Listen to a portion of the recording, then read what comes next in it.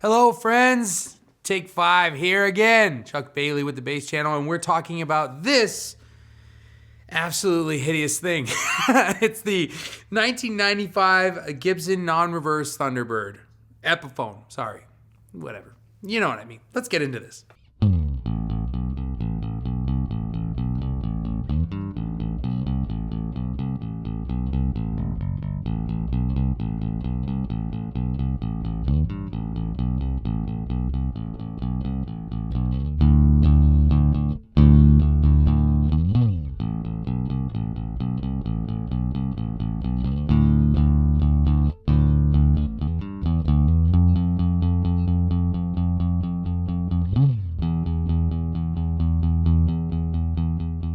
Where to begin, right?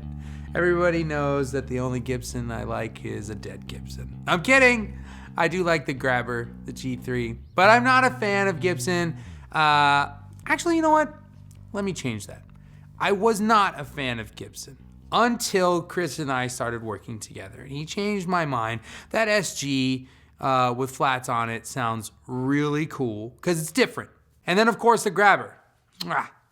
Can't say nothing bad about that. Let's talk about this thing. This is all stock, right? It's completely passive. It's got their typical kind of Gibson, I think this is like a Sunburst, right? Yeah. Looks like a rosewood board, maple neck, and all stock hardware. Bridge and tuners are all in-house stuff for Epiphone. Now, this is made in Korea.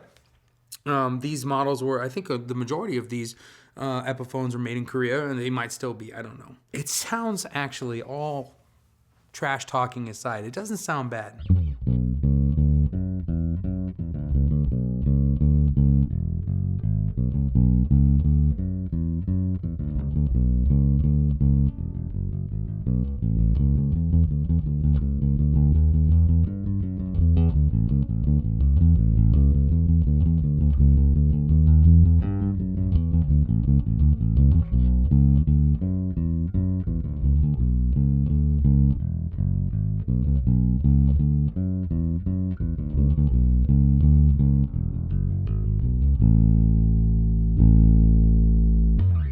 So, talking with Chris before we started this most recent episode of Take 5, one thing that always came up a lot in comments and in the videos, whether it was in the background or was used in all 2 or 3 videos that it was used in, is you guys are enamored with this bass.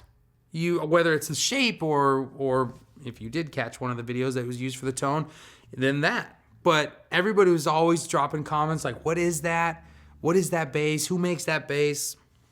Well, it's not made anymore. Now, let's get into the why you should or shouldn't if you find this. Now, from strictly aesthetics, if you guys are into that shape and that vibe, you want to make that investment, go nuts. $600 to $1,000. We've all spent that on way dumber stuff. But as far as aspiring basses or basses that aren't necessarily connected to the shape or the tone or whatever, maybe put it towards something with a little bit more bells and whistles and accoutrement. But again, you have people that are, staunch advocates and supporters of Epiphone and Gibson, and these are like holy grail finds. So if that's your thing, yeah, do it. Someone convince me in the comments why that's your thing. I need to know, because I feel like there's so many other options out there. Not that Epiphone's bad, my personal opinion. I don't dig them.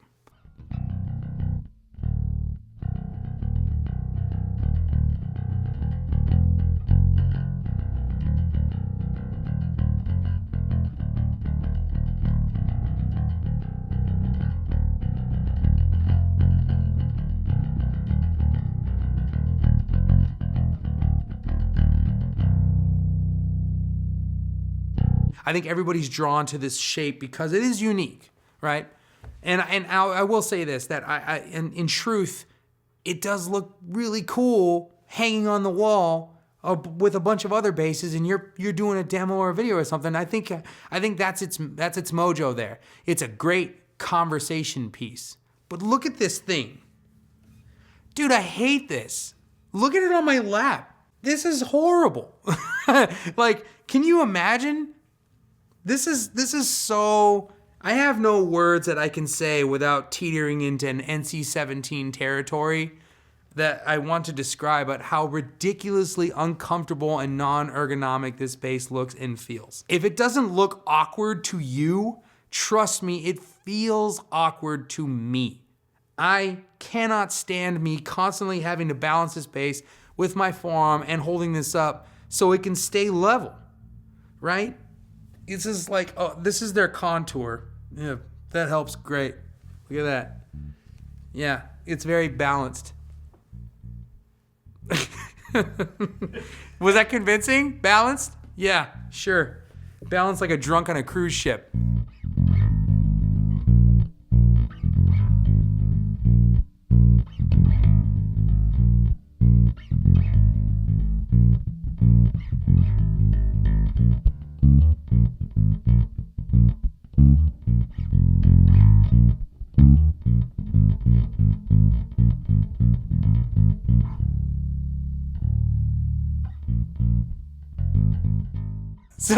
So in closing, just so everybody can have the warm fuzzies and you don't feel like I'm attacking you, it looks great like this. This is cool, right? Hanging with the camera person. This is stupid. This is dumb. You can't sit and play this and try to look like you know what you're doing. This feels like it's one movement short from a Carrot Top comedy special. This thing is just, it's awkward. It's awkward. So, in closing, this is a solid pass for me. Just because the aesthetics are unique, it doesn't supersede the fact that it's just awkward and kind of clunky. But that's all I got. Look, if you own this bass and I've offended you, good. You need to toughen up. It's not offensive. It's an opinion. The internet's full of them. If I haven't offended you, I'll try harder. I'm kidding.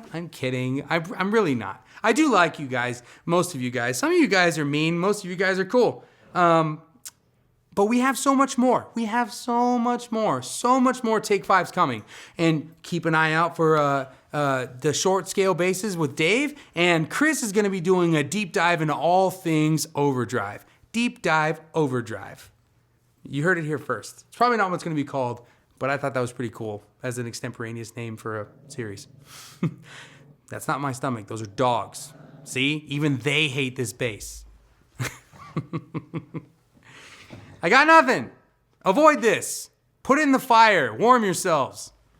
This is Chuck Bailey with the Bass Channel and Take 5. And we're going to have another 5-string powerhouse in front of you very soon. Take care.